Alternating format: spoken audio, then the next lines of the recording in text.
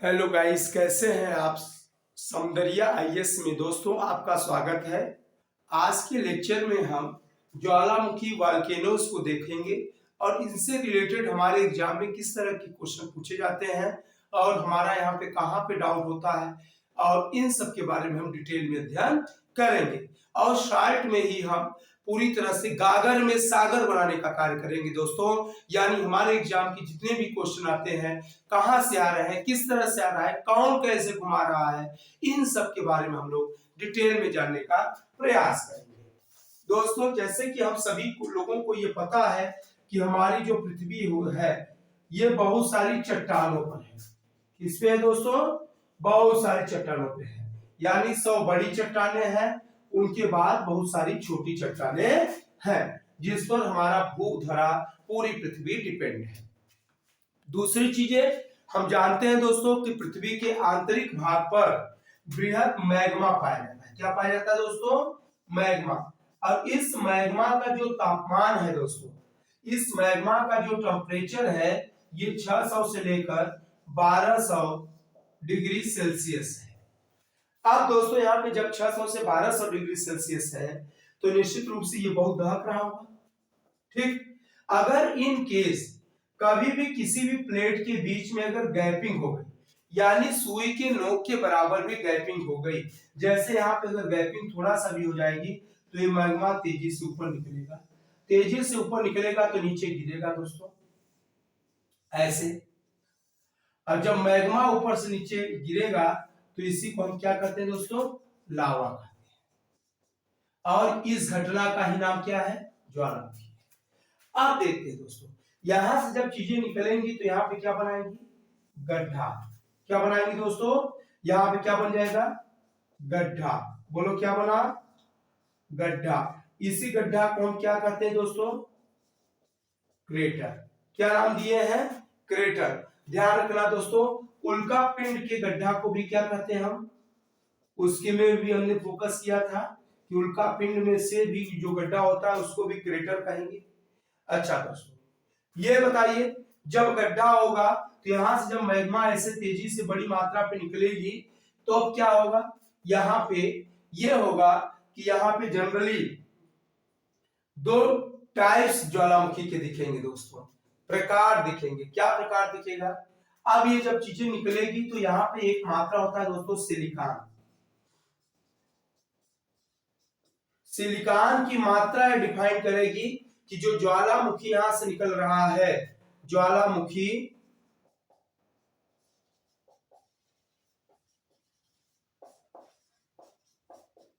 शांत है या आवाज देते निकल रहा है। अगर इसकी मात्रा ज्यादा होगी, किसकी मात्रा? सिलिकॉन की मात्रा अगर ज्यादा होगी तो ये क्या करेगी?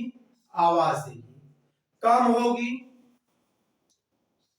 कम या न हो, फिर क्या होगा दोस्तों? तब ये शांत ज्वालामुखी बनेगी। कम या न होने पर शांत और ज्यादा होने पर क्या होगी? बोलो, आवाज देती हुई निकलेगी। तो यहाँ पे हमने ज्वालामुखी का एक शांत प्रकार देख लिया, एक आवाज। चलो दोस्तों, अब जब ज्वालामुखी से यहां से मैग्मा निकलेगा बड़े पैमाने पर तो यहाँ पर क्या भर जाएगा दोस्तों? पानी। यहाँ क्या भर जाएगा? जल भर जाएगा। अब जब जल भर जाएगा तो इसी से किसका निर्माण होता है? झील का निर्माण होता है दोस्तों। जैसे महाराष्ट्र का लोनार झील। महाराष्ट्र का कौन सा झील दोस्तों? लोनार झील। इसी का उदाहरण है। ठीक है। अच्छा, अब दूसरा कॉन्सेप्ट है, यहां पे जो चीजें निकलेंगी तो सबसे पहले यहां से क्या निकलेगा दोस्तों? जब यहां पानी भरेगा तो पानी वाष्प बनेगा, यानी सबसे ज्यादा पानी वाष्प निकलेगा, जिसे हम जल वाष्प भी कर सकते। क्या कर सकते दोस्तों? जल वाष्प। तो सबसे ज्यादा क्या निकलेगा? जल वाष्प। उसके बाद CO2, कार्बन डाइऑक्साइड।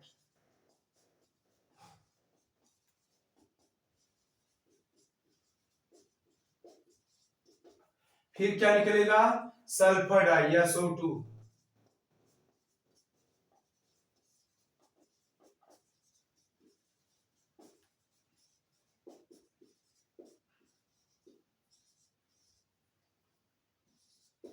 फिर क्या निकलेगा दोस्तों, सल्फर डाइऑक्साइड। इस तरह से यहाँ से भाप निकलते रहेंगे। अच्छा दोस्तों, यहाँ पे जो गर्म पानी हो जाएगा, जब इसमें झील में पानी जब भर जाएगा तो पानी कैसा हो जाएगा दोस्तों, अत्यधिक गर्म हो जाएगा। और जब अत्यधिक गर्म हो जाएगा पानी यहाँ का, इसी को हम क्या करते हैं, गीजर। इसी को हम क्या करते हैं दोस्तों, गीजर। क्या करते हैं, गीजर करते हैं। ये तो हम बेसिक ज्वालामुखी समझ गए कि ज्वालामुखी कैसे निकलता है। ज्वालामुखी का मोटा मोटा प्रकार अगर बात करें तो शांत ज्वालामुखी या साउंड वाला ज्वालामुखी, ये डिपेंड होता है सिलिकॉन की मात्रा पर। जल सोर्स बनता है, इससे क्या बनते हैं, ये चीजें बेसिक हम समझ गए। अब हम दोस्तों अगला जो इसमें सबसे इंपॉर्टेंट पार्ट है, ज्वालामुखी के प्रकार को देखेंगे। इससे दोस्तों एक चीज और है, उसको भी यही समझ लेते हैं, तब आगे चलते हैं। अब नीचे से मैग्मा ऊपर निकला है, तो देखते हैं यहाँ पे भी मैग्मा निकला। अब जब मैग्मा निकलेगा दोस्तों, तो इसका इफेक्ट कहां से, मैग्मा कितनी तरह से निकला, ये मैग्मा 3 जगह है। पहला है यहाँ पर है, दूसरा का यहाँ का जो बीच जगह बीच चट्टान यहाँ तक है, तो चट्टान में ऐसे मैग्मा है। तो यानी शुरू में तो ये थोड़ा सा गैपिंग है, लेकिन जैसे ज्वालामुखी निकलेगा तो ये मैग्मा तोड़ता चला जाएगा चट्टान को। तो ये जो चट्टान के बीच में है, यहाँ भी मैग्मा है, जिसे हम मध्यवर्ती मैग्मा कहेंगे। मध्यवर्ती चट्टान का निर्माण होगा। यहाँ पे वाय है, तो यहाँ पर वाय चट्टान बनेगा दोस्तों।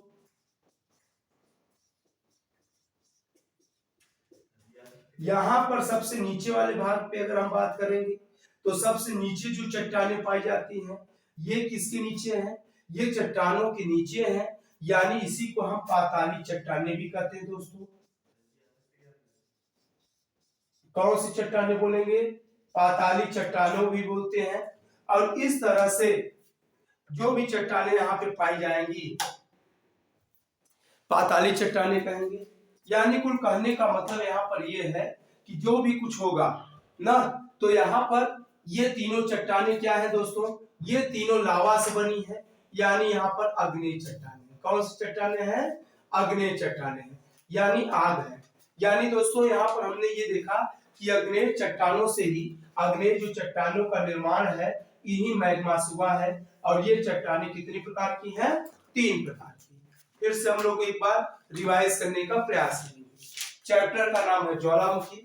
ज्वालामुखी क्या है, हमने आप लोगों को ये बताने का प्रयास किया कि जो पृथ्वी का जो सतह है, ये बहुत सारी चट्टानों पर निर्भर है।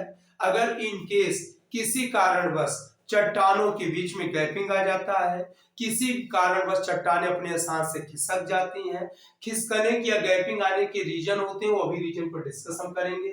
तो नीचे का जो मैग्मा होता है, वो ऊपर की ओर फोर्सफुली निकलता है। मैग्मा का जो टेम्परेचर है दोस्तों 600 से 1200 डिग्री सेल्सियस है। अब मैग्मा जब तेजी से ऊपर निकलेगा, तो स्टार्टिंग में तो थोड़ा सा गैप है, लेकिन फिर बाद में ये चट्टानों को तोड़ते हुए निकलेगा। और जब तोड़ते हुए निकलेगा तो ऊपर से जाएगा तो नीचे गिरेगा। इसी को हम वॉल्केनो या ज्वालामुखी के नाम से जानते हैं। फिर हमने बताया कि दोस्तों जब नीचे का जब मटेरियल ऊपर निकलेगा, तो निश्चित रूप से नीचे क्या होगा, गैपिंग बनेगा, गड्ढा बनेगा। और नीचे जो भी गड्ढा बनेगा, जो भी गैपिंग बनेगी, जो भी गड्ढा बनेगा, उसी को हम क्या नाम देते हैं, क्रेटर। उसी का क्या नाम होता है दोस्तों, क्रेटर होता है। और इस गड्ढे में क्या भर जाएगा, पानी भरेगा। और पानी जब भरेगा तो इससे किसका निर्माण होगा, झील का निर्माण होगा, जैसा कि महाराष्ट्र का लोनार झील है। दोस्तों हम जानते हैं कि जब गड्ढे में पानी भर जाएगा, तो जब तक फोर्स रहेगा मैग्मा का, तब तक मैग्मा तेजी से ऊपर निकलता रहेगा। और जब तेजी से निकलता रहेगा, तो उसमें एक क्वेश्चन आता है हमारे एग्जाम में कि ज्वालामुखी के उद्गार के पीरियड में सबसे ज्यादा क्या निकलता है। तो देखो दोस्तों, यहाँ पे चीजें तो निकल रही हैं सॉलिड, लेकिन सबसे ज्यादा जब वहां पे जैसे ही मैग्मा निकलेगा तो पानी भरेगा तो सबसे ज्यादा जलवाष्प निकलेगा। उसके बाद जो भी चीजें होंगी CO2 के रूप में निकलेंगी, वो हो जाएगा। उसके बाद SO2 के रूप में निकलेंगी। अब दोस्तों हम ये चीज और बता देना चाहते हैं कि जब यहाँ से ज्वालामुखी रिलीज होगा, जब मैग्मा निकलेगा, तो ऊपर नीचे तो मैग्मा ऊपर लावा हो गया, ठीक है।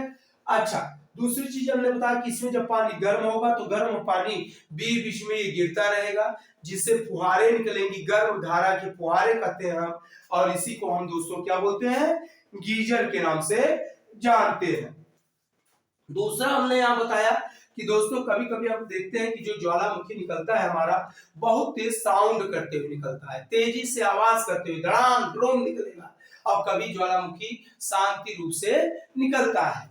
तो ये डिपेंड होता है सिलिकॉन की मात्रा पे, जैसा कि हमने अभी आपको फोकस किया था कि अगर सपोज करिए इस मैग्मा में सिलिकॉन की मात्रा अगर ज्यादा है तो निश्चित रूप से धड़ाम धुड़ुम आवाज करते हुए निकलेगा।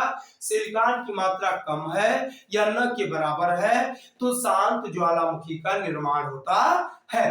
तो इस तरह से दोस्तों ज्वालामुखी के बारे में हमने सबको अध्ययन किया और यह भी देख लिया कि जो हमारे अग्नेय चट्टान का निर्माण होता है वो ज्वालामुखी के कारण होता है।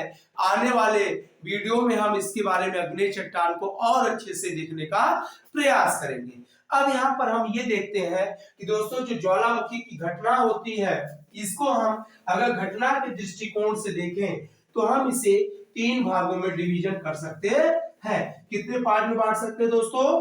3 पार्ट में बांट सकते हैं। यानी जो ज्वालामुखी की घटनाएं होती हैं, ज्वालामुखी की जो सिचुएशन होती है, इसके प्रकार की अगर बात करें तो हम 3 भागों में बांट सकते हैं। कौन कौन से पार्ट है दोस्तों? जैसे कुछ ज्वालामुखी ऐसे होते हैं जो कंटिन्यू रिलीज हो रहे हैं दोस्तों, यानी वो हमेशा से चल रहे हैं, उन्हीं को हम सक्रिय ज्वालामुखी कहते हैं। क्या कहते हैं? सक्रिय ज्वालामुखी। सक्रिय का मतलब होता है active volcano. Active volcanoes. Active volcanoes क्या होते हैं दोस्तों? एक्टिव वोल्केनोज वो वोल्केनो होते हैं जिनसे ज्वालामुखी या मैग्मा रिलीज हो रहा है, यानी वो रुके नहीं है, वो कंटिन्यू चल रहे हैं। कुछ ज्वालामुखी ऐसे होते हैं दोस्तों जिन्हें हम सुसुप्त ज्वालामुखी कहेंगे। सुसुप्त। सुसुप्त क्या होते हैं? सुसुप्त का मतलब होता है कि यहां से रुक के मैग्मा निकलती है।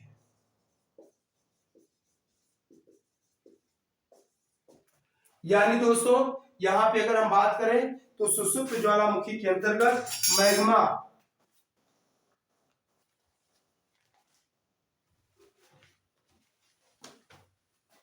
स्टेनिक्ट ज्वालामुखी के नाम से इनको बोलते हैं।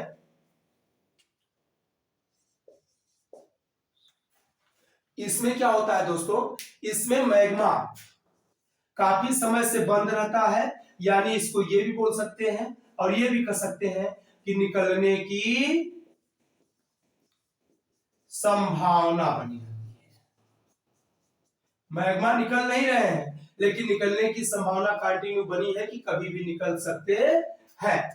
तीसरे प्रकार की जो ज्वालामुखी होती है इसी को हम मृत ज्वालामुखी कहते हैं। मृत ज्वालामुखी का मतलब होता है दोस्तों कि अब मैग्मा नहीं निकल रहे हैं, अब मैग्मा निकलने की संभावना भी नहीं है।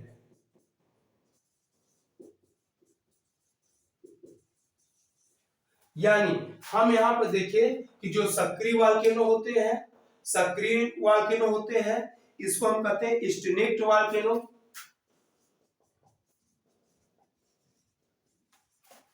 इसको कहेंगे डेड वोल्केनो। स्टेनिक्ट वोल्केनो का मतलब होता है कि यहां से मैग्मा सक्रिय का मतलब कंटिन्यू निकल रहा है, सुसुप्त माने रुक रुक के निकलता है या निकलने की संभावना होती है, जबकि मृत ज्वालामुखी के अंतर्गत अब निकलने की कोई संभावना नहीं बनती है। अब हमारे एग्जाम में जो क्वेश्चन पूछा जाता है दोस्तों, इसमें से ज्यादातर क्वेश्चन इसी ज्वालामुखी से पूछता है। तो सक्रिय ज्वालामुखी कौन सा है ये हमारे एग्जाम में आता है और 3 4 5 ज्वालामुखी को हमें देखना है। जैसे नंबर 1 किलायु है, कौन सा ज्वालामुखी है दोस्तों? किलायु ज्वालामुखी। किलायु ज्वालामुखी कहाँ है? किलायु ज्वालामुखी हवाई द्वीप अमेरिका में है। कहाँ है दोस्तों? हवाई द्वीप अमेरिका में है। इस ज्वालामुखी की ये खासियत है दोस्तों, लगभग 40 वर्षों से, कितने साल से? 40 वर्षों से ये कंटिन्यू निकल रहा है, यानी ये लगातार निकल रहा है, आज तक ये बंद नहीं हुआ है दोस्तों। अब दूसरा ज्वालामुखी इसी तरह कौन सा है? माउंट एटना ज्वालामुखी। कौन सा? माउंट एटना ज्वालामुखी। ये दोस्तों माउंट एटना कहाँ है? ये इटली के सिसिली द्वीप पर है। कहाँ पे है? इटली में है। इटली का एक द्वीप है जिसको हम कहते हैं सिसिली द्वीप। इटली के सिसिली द्वीप पर है दोस्तों माउंट एटना ज्वालामुखी। इसी तरह इसी के पास एक स्ट्रोम्बोली ज्वालामुखी है।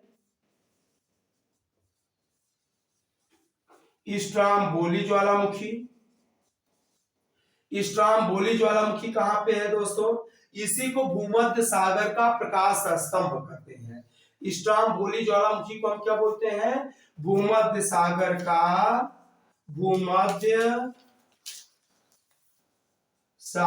का प्रकाश स्तंभ कहते हैं। यानी भूमध्य सागर में दोस्तों, भूमध्य सागर में जो भी सोर्स ऑफ लाइट होता है ये स्ट्रोम्बोली के कारण होता है दोस्तों। और ये भी इटली के पास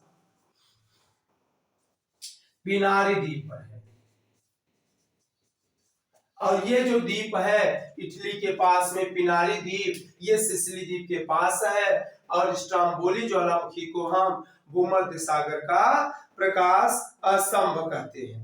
यहां से दोस्तों एक चीज और होता है कि एक और है कोटोपैक्सी, ये है दक्षिण अमेरिका में।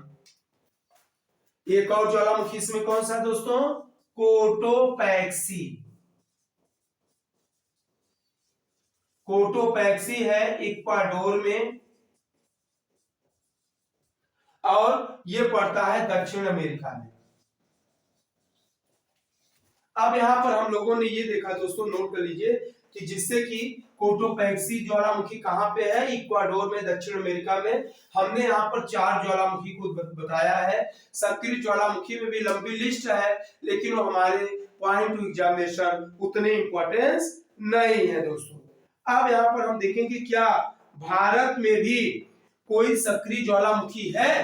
अगर भारत के परिप्रेक्ष्य में अगर हम लोग अध्ययन करें, क्या भारत में, अगर विश्व तो हम जान रहे हैं तो भारत भी जानना चाहिए। भारत में दोस्तों सिर्फ एकमात्र सक्रिय ज्वालामुखी है, एकमात्र ज्वालामुखी है जिसे हम क्या कहते हैं? Saddened peak. सैडन पीक ज्वालामुखी है। भारत में कौन सा ज्वालामुखी है? एकमात्र, ओनली वन, एकमात्र यही है, सैडन पीक ज्वालामुखी है। ये कहां है? बैरन द्वीप पे है। बैरन द्वीप कहां है दोस्तों? ये है अंडमान निकोबार में। अंडमान निकोबार। अगर हम भारत की बात करते हैं तो भारत के बैरन द्वीप पर एकमात्र ज्वालामुखी है सक्रिय ज्वालामुखी, ठीक है, एक्टिव वोल्केनो है जो अंडमान निकोबार में स्थित है। अब हम दोस्तों यहाँ पर हम लोग देखेंगे कुछ सुषुप्त ज्वालामुखी को अध्ययन करेंगे, जिसमें 1 बाय 1 देखेंगे।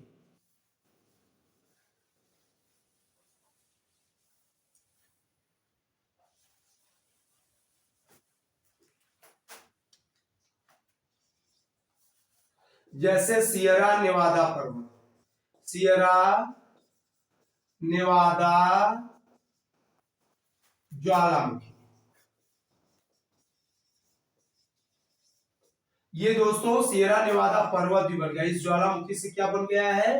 पर्वत भी बन गया है। ये सियरा नेवादा, जब भी पर्वत की बात होती है तो ये दोस्तों कहां पर है, ये अफ्रीका में है। कहां पे है दोस्तों सियरा नेवादा, अफ्रीका में है। कहां पर है सियरा नेवादा, अफ्रीका में है।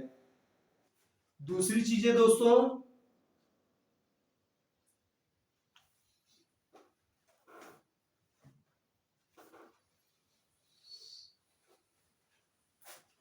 दूसरा सेंट लॉरेंस, सेंट लॉरेंस ज्वालामुखी। ये सेंट लॉरेंस ज्वालामुखी पर्वत बन गया है दोस्तों, और ये पड़ता है यूएसए में पड़ता है, अमेरिका में पड़ता है, जिसे फ्यूजी ऑफ अमेरिका कहते हैं। क्या कहते हैं दोस्तों, फ्यूजी ऑफ अमेरिका। और इसी ज्वालामुखी पर्वत पर दोस्तों नेपोलियन बोनापार्ट अपना अंतिम समय बिताया था। कौन वक्त बिताया था, नेपोलियन बोनापार्ट अपना अंतिम समय बिताया था इसी वॉल्केनो के ऊपर। ठीक है दोस्तों, अब इसी तरह से हम मृत ज्वालामुखी एक दो देखेंगे। जैसे मृत ज्वालामुखी में आता है अफ्रीका का कुलाल, किलिमंजारो, अफ्रीका का यहाँ पे कुलाल है, अफ्रीका का कुलाल है, किलिमंजारो है,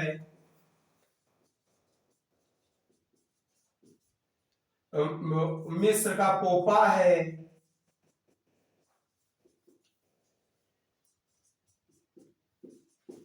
आदि ज्वालामुखी।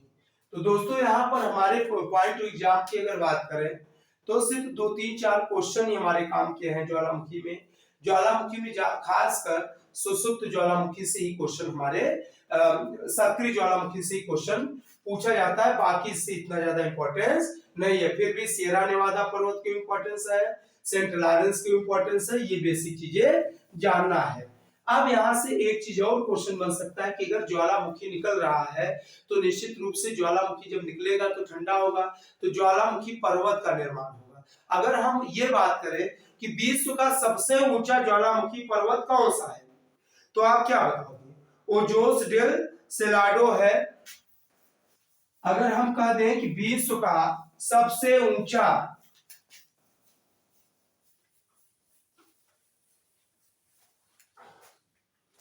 अगर हमारा क्वेश्चन होता है कि विश्व का